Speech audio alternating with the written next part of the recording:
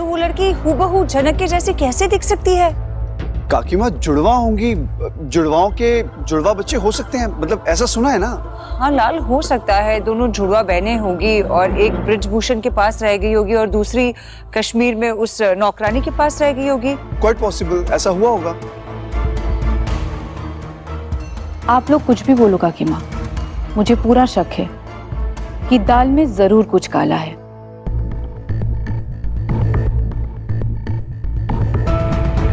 अगर ये गेम धोखे का है तो हो सकता है ना झनक ही नूतन बनकर ये पूरा गेम खेल रही है ताकि हमारे परिवार को बर्बाद कर सके, बदला ले सके वो। No no, not possible Bipasha. Bipasha.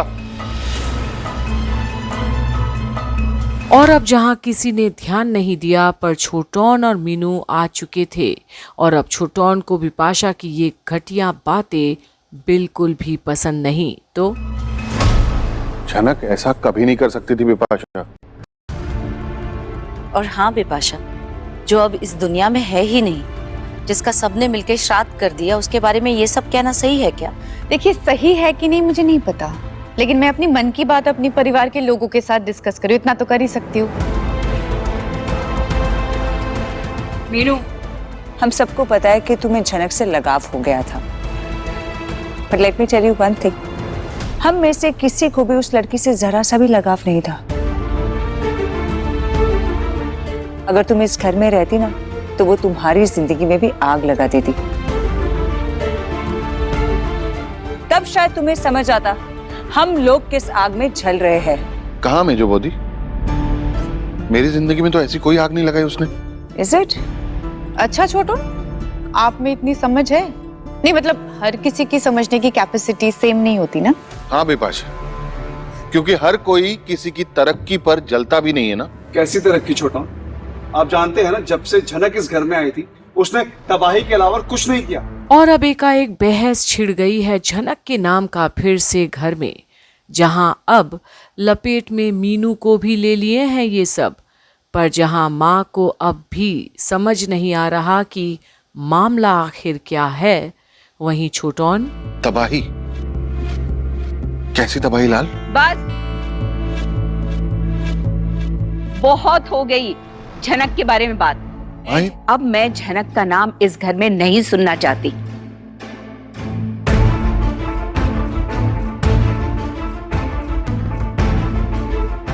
श्राद्ध कर दिया था ना मैंने उसका, किया था कि नहीं? और श्राद्ध कब किया जाता है? जब कोई इंसान हमें छोड़कर चला जाता है।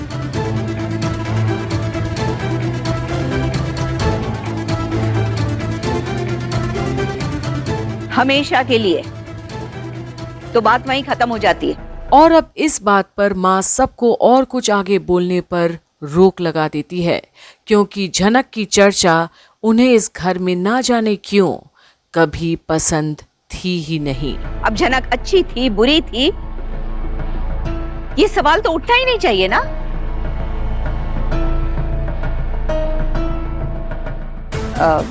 माँ, मैं मेरे कमरे में जा रही हूँ। ठीक है मैं जुबा, लेकिन आइंदा मैं झनक का नाम इस घर में नहीं सुनना चाहती।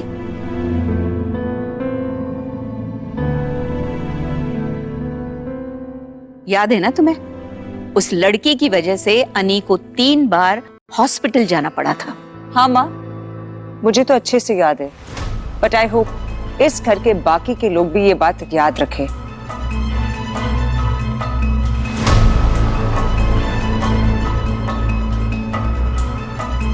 तुम लोग भी चलोगे ना? हाँ हाँ काकी माँ चलो। और अब छोटौन गुस्से से देखता है असल में आग लगाने वालों को जाते हुए, कितनी आसानी से फिजूल की बातें कर बैठते हैं। और अब माँ, आओ बैठो। अरे आओ बैठो। छोटन बैठो बैठो बैठो।